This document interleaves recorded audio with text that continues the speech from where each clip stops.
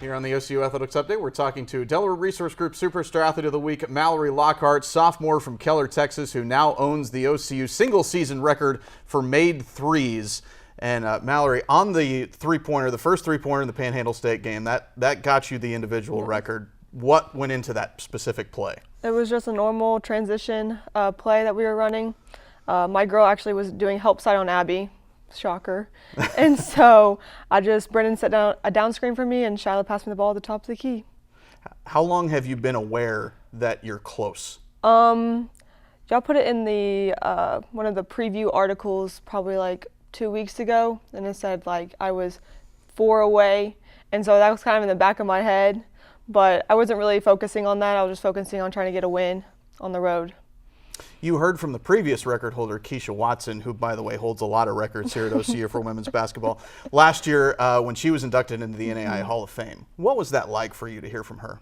I mean, she was a phenomenal player here. I mean, she took her team to 4 national championship games, won 2 of them. I mean, she was Player of the Year 2 times. I mean, she was a phenomenal player, and I'm shocked that I actually beat one of her records. How many shots per day do you get up on average? I try to get at least 100 shots up per day. I mean, during practice, I try to stay after practice and shoot. I try to come before practice and just get as many shots up. How do you feel like you've grown between your freshman and sophomore seasons?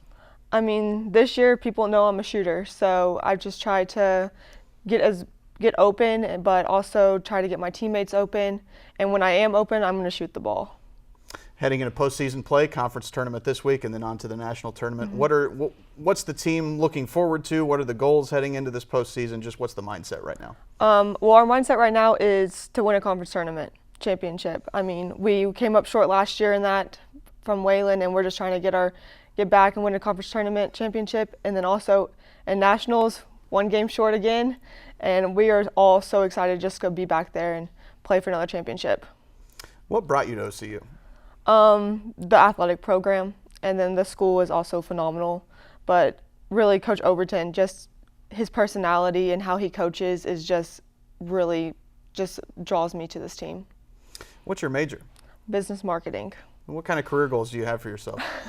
I honestly don't know. I'm still trying to figure that out, but probably something to do with sports and maybe marketing sports or something like that. All right, that's Delaware Resource Group Superstar Athlete of the Week, Mallory Lockhart. You can follow the stars on OCUsports.com.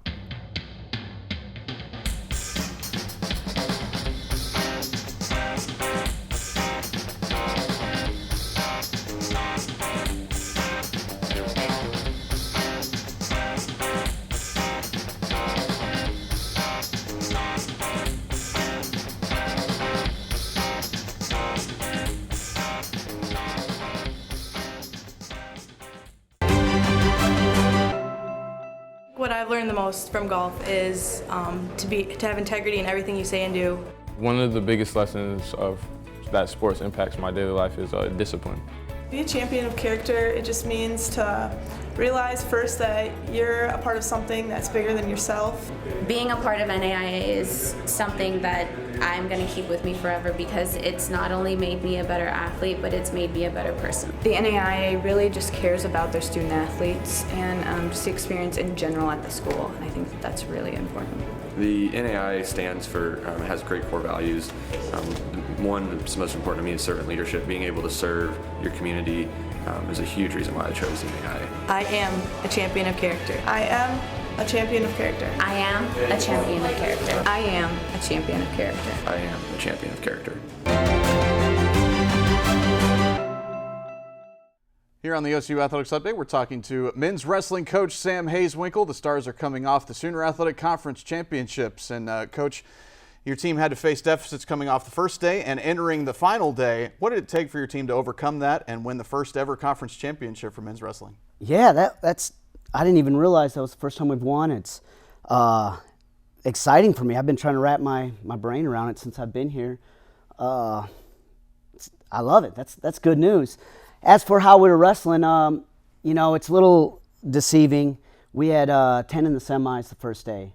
And so you have guys on the wrestle back scoring points, and our guys are sitting in the semis waiting.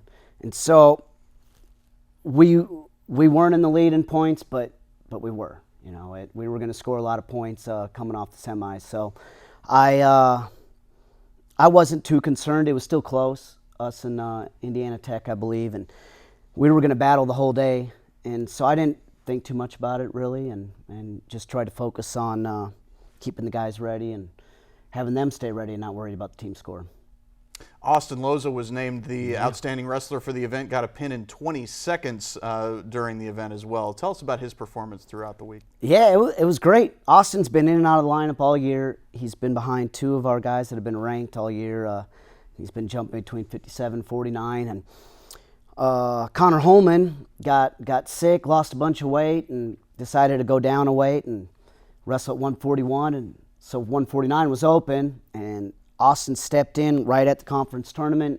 Hadn't really been the starter yet, although he'd got a fair amount of matches in during the year.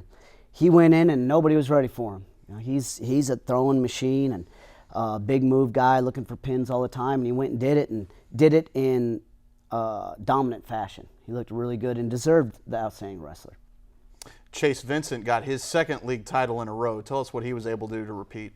Yeah, Chase looked great. He had probably the most ranked guys, maybe the second. His weight was pretty deep, and he just did what he does. You know, he's beaten all them before, and he went in, and he's not a go out and dominate and bring the score way up kind of wrestler. He's going to do what he has to win, and he's very solid like that. You know, it's hard to break his position, hard to get him out of his mindset, and he did what he does. Went in there and won, and it was fun to watch him. And you know, Montana Moon also won his second title, so we had a couple guys win their second titles, and they looked great doing it.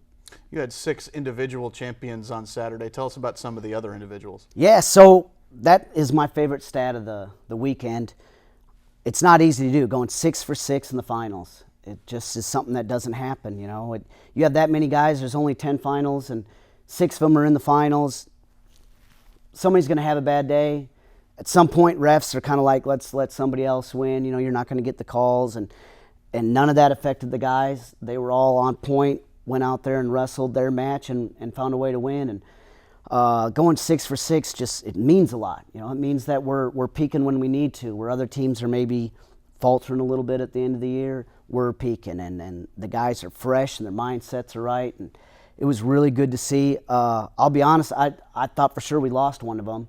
They had some 3rd and 4th place matches going on around the same time, and I didn't even realize we had gone 6 for 6. And I think that was kind of everybody on the team. We were all focused on the next match and what we had to do next, which is what you want as a team, that we didn't even realize. You know, we won the tournament, we went 6 for 6, and we were all over there asking each other how we did and does anybody know the team score, and I loved it. You know, I loved it.